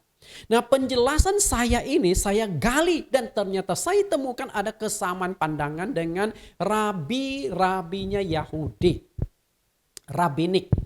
Bahwa mereka tuh tidak percaya bahwa Kejadian 1:26 Allah itu sedang berdialog dengan Tritunggal atau tiga pribadi. Kenapa demikian? Karena bangsa Yahudi itu tidak percaya dengan doktrin Tritunggal. Bagi bangsa Yahudi Allah itu tunggal. Anda jelaskan sampai jungkir balik pun mereka tidak akan bisa terima Allah itu Tritunggal. Kenapa bangsa Yahudi tidak bisa terima Yesus? Karena orang Tritunggal sudah salah menjelaskan Yesus. Bahwa Yesus adalah bagian dari Tritunggal, Bapa, Anak, Roh Kudus. Sedangkan mereka tahu Allah itu hanya satu. Coba kalau dari awal kita jelaskan Yesus adalah Allah sendiri loh. Allah yang menjadi manusia, Allah yang tunggal loh. Mungkin orang Yahudi bisa terima.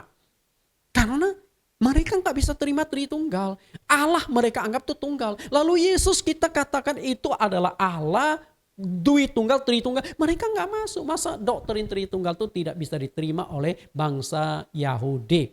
Para Yahudi ini tidak percaya doktrin Tritunggal, dengan sendirinya tidak mungkin mereka akan menjelaskan Kejadian 1:26 dalam konteks Tritunggal. Kalau Anda mengatakan kita harus memahami bahasa asli, nah sekarang kita coba belajar kepada yang benar-benar menguasai bahasa asli, yaitu rabi-rabi Yahudi. Bagaimana penjelasan mereka dalam Kejadian 1:26? Menurut mereka itu musyawarah Allah. Apakah ada bukti ayat Alkitab tentang adanya Dewan Musyawarah Allah? Bapak Ibu yang saya kasih, ada beberapa nabi di Perjanjian Lama yang menuliskan adanya Dewan Musyawarah Allah. Dewan Musyawarah. Kita lihat beberapa ayat. Dewan Musyawarah Allah. Kita lihat Yeremia, Nabi Yeremia mengatakan adanya Dewan Musyawarah Allah ke Yeremia 23:18. Sebab siapakah yang hadir dalam Dewan Musyawarah Tuhan sehingga ia memperhatikan dan mendengar firman-Nya? Siapakah yang memperhatikan firman-Nya dan mendengarnya? Jelas ya, Dewan Musyawarah Tuhan. Lalu Yeremia juga menulis di kitab yang di ayat yang lain. Yeremia 23 ayat 22. Sekiranya mereka hadir dalam Dewan Musyawarahku, niscaya mereka akan mengabarkan firmanku kepada umatku, membawa mereka kembali dari tingkah langkahnya yang jahat dan dari perbuatan-perbuatannya yang jahat. Perhatikan Bapak Ibu, Yeremia 23 ayat yang ke-22 itu adalah perkataan Allah sendiri. Ya, Allah berkata, sekiranya mereka hadir dalam dewan musyawarahku. Berarti Allah itu punya dewan musyawarah. Berarti ketika kita baca Kejadian pasal 1:26, Allah itu sedang berbicara dalam dewan musyawarah. Marilah kita menjadikan manusia menurut rupa dan gambar kita. Sangat logis. Lalu selain Yeremia, ternyata Asaf, Asaf, salah satu penulis kitab Mazmur, ini bukan Daud ya, Asaf. Dia juga menceritakan adanya dewan musyawarah, tapi dia menggunakan sidang. Kita lihat Mazmur 82 ayat 1. Allah berdiri dalam sidang ilahi di antara para Allah, ia menghakimi. Allah berdiri dalam satu sidang ilahi. Berarti kalau yang nama sidang itu banyak sekali yang hadir. Utusan-utusan sidang yang hadir. Lalu Ayub. Nah ternyata Nabi Ayub juga dapat inspirasi dari Tuhan. Dapat wahyu dari Tuhan adanya dewan musyawarah Allah itu. Ayub 15 ayat 8. Apakah engkau turut mendengarkan di dalam musyawarah Allah dan meraih hikmat bagi dirimu? Saya sudah ungkapkan beberapa tokoh tentang adanya Dewan Musyawarah Allah. Kalau begitu, berarti Dewan Musyawarah Allah itu adalah satu wadah Allah sedang berbicara, sedang berdialog. Apakah Allah yang Maha Kuasa dan Maha Tahu masih perlu meminta petunjuk dan nasihat tentang apa yang hendak dia lakukan? Bapak Ibu, jangan Anda punya kesan bahwa Allah itu adalah roh yang menyendiri. Apa-apa dia lakukan sendiri, kesepian. Enggak. Allah justru rindu sekali berinteraksi dengan manusia.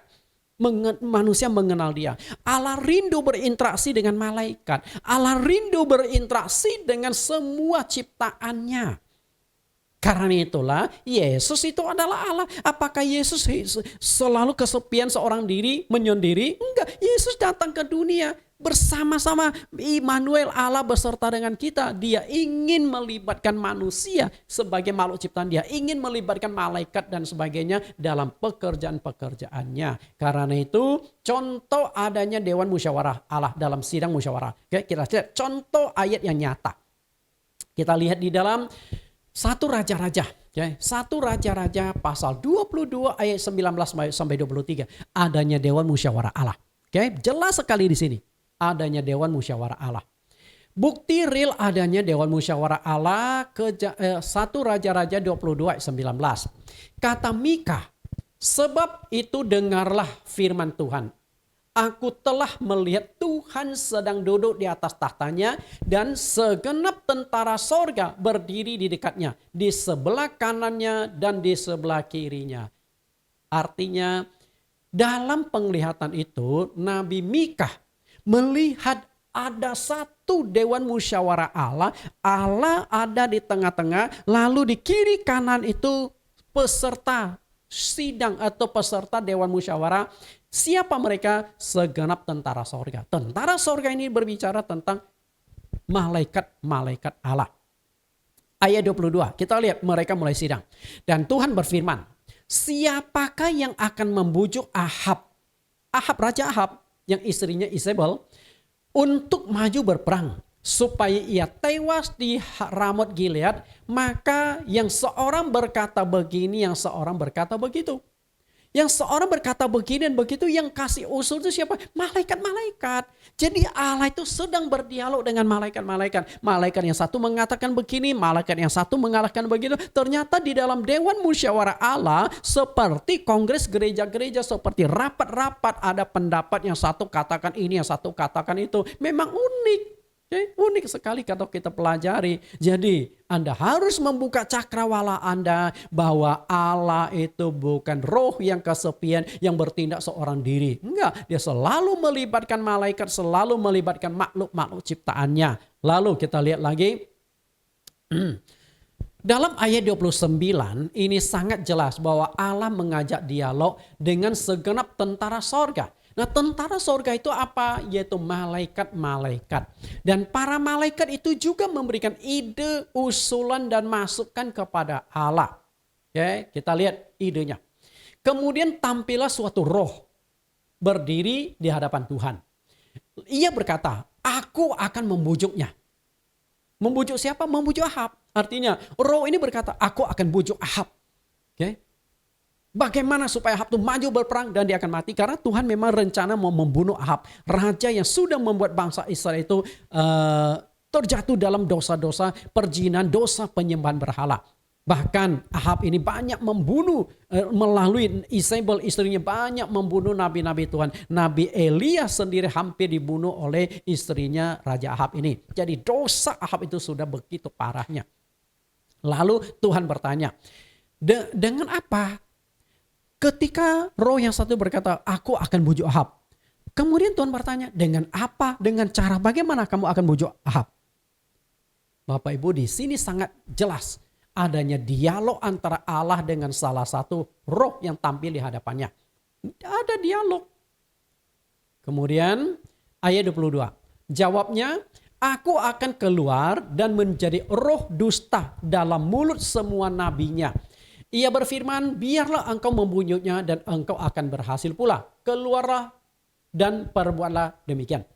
Ternyata roh itu kasih ide. Oh, kan makhluk roh kan. Aku akan masuk ke dalam tubuh nabi-nabi mereka. Nabinya Ahab. Supaya nabinya itu sepakat. Oh, nggak apa-apa. Raja Ahab maju berperang. Karena Tuhan akan berikan kemenangan. Padahal itu roh dusta yang sudah ditanamkan di dalam nabi-nabi yang palsu itu. Sedangkan nabi asli kan Mika. Yang nabi-nabi lain sudah menjadi nabi yang diperalat oleh Ahab. Nabi-nabi yang pro ke Ahab. Walaupun mereka harus bertentangan dengan firman Tuhan. Perhatikan di sini. Perbuatlah demikian. Perbuatlah demikian. Keluarlah perbuat demikian. Roh itu memberikan usul dalam Dewan Musyawarah Allah. Dan usulan itu, roh itu kemudian diterima oleh Allah. Dan akhirnya Allah mengambil sebuah keputusan dalam Dewan Musyawarah. Ya sudah, kalau begitu engkau masuklah ke dalam nabi-nabi yang sudah pro ke Ahab. Supaya nabi-nabi itu akan menyampaikan kepada Ahab, ayo kita maju berperang karena Tuhan yang akan memberikan kemenangan. Dan faktanya akhirnya terjadi, Ahab mati di dalam peperangan. Oke? Mati di dalam peperangan. Karena Allah memang membunuh Ahab di dalam peperangan. Tapi caranya bagaimana? Dan saat itu sebenarnya Ahab juga khawatir. Ahab itu sempat menyamar loh. Menyamar, dia serahkan jabatan baju kebesaran, baju kerajaannya ke orang lain. Lalu dia menyamar sebagai tentara biasa saja. Lalu ada salah satu tentara musuh pakai anak panah sembarang tembak. Kok anak panah itu bisa meleset dan kena menusuk kepada Ahab. Dan Ahab itu mati kehabisan darah. Mati kehabisan darah. Ahab itu mati. Karena anak panah yang sembarang ditembak loh. Bukan disasarkan ke Ahab loh. Sembarang tembak. Kok anak panah itu bisa menyasar ke dia? Memang Allah sudah menyasarkan untuk membunuh Ahab. Karena orang yang berdosa itu. Lalu ayat 23. Karena itu sesungguhnya Tuhan telah menaruh roh dusta ke dalam mulut semua nabi ini. Sebab Tuhan telah menetapkan untuk menimpa malapetaka kepadamu. Padahal Nabi Mika itu sudah ingatkan kepada Ahab loh. Tapi nabi-nabi yang sudah pro ke Ahab bahkan adalah salah satu nabi palsu tampar Ahab itu. Tampar Mika. Bayangkan Mika yang asli tampar oleh nabi palsu. Nah demikian pula. Dalam pelayanan kita bisa saja nabi hamba Tuhan saling menyerang.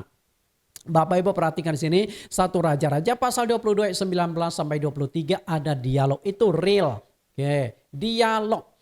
Kemudian Kejadian 1:26 juga ada dialog. Jika kita baca 1 Raja-Raja 22 19-23 di atas, jelas sekali ada dialog antara Allah dengan para malaikat. Karena itu, jika Kejadian 1:26 Allah juga berdialog dengan para malaikat dalam satu dewan musyawarah, mestinya itu bukan hal yang aneh. Karena itu, saya sudah jelaskan ada 2 tafsiran. Semoga tuntas, clear and clean. Supaya Bapak Ibu bisa memahami Allah yang Maha Esa itu bukan yang Tritunggal itu. Tuhan Yesus berkati. Kita berdoa. Dalam nama Tuhan Yesus kami berdoa, terima kasih Tuhan. Hari ini kami sudah tuntaskan ayat Kejadian 1:26 tentang kata kita. Marilah kita menjadikan manusia menurut pada gambar kita. Semoga para hadirin siapapun yang mendengarkan penjelasan ini, mereka bisa mengerti, bisa menangkap, dan akhirnya mereka bisa mengimani Allah itu Maha Esa. Allah itu satu-satunya, bukan Allah yang jamak.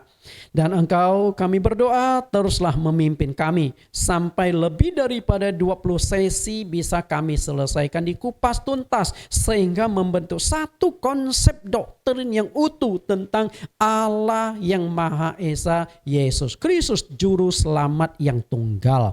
Terima kasih Tuhan, di dalam nama-Mu kami telah berdoa. Amin. Bapak Ibu, topik ini memang agak panjang, tapi saya harus tuntaskan karena kalau saya buka lagi akan lebih panjang. Kita dengarkan satu pujian penyembahan. Segala kuasa ada di tangan Tuhan. Kalau segala kuasa ada di tangan Tuhan, berarti Allah atau Tuhan yang melakukan penciptaan Adam dan Hawa. Bapak Ibu, sampai bertemu di lain kesempatan.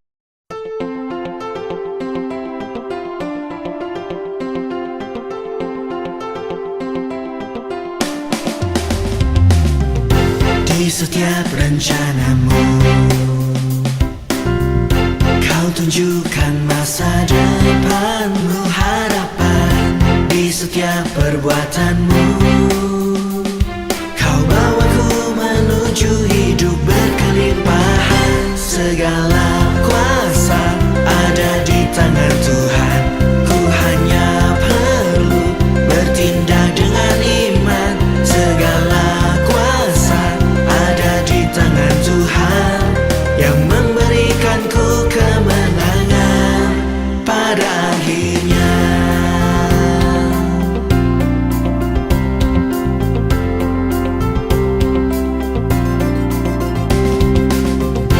Di setiap rencanamu,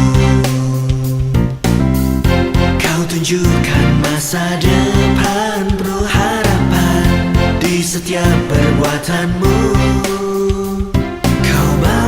menuju hidup berkelimpahan. Segala kuasa ada di tangan Tuhan. Ku hanya perlu bertindak dengan iman. Segala kuasa ada di tangan Tuhan yang memberikanku kemenangan pada akhirnya.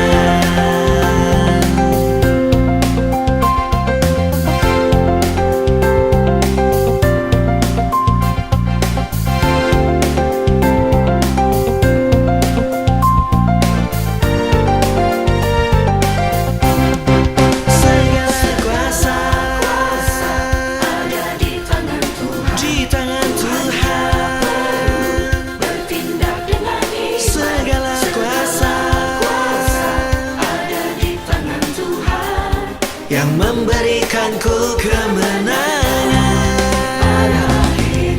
Kuasa ada di tangan Tuhan.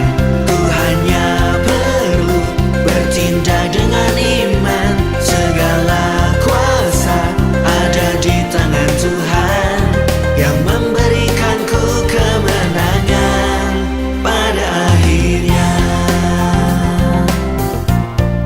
Pada akhirnya.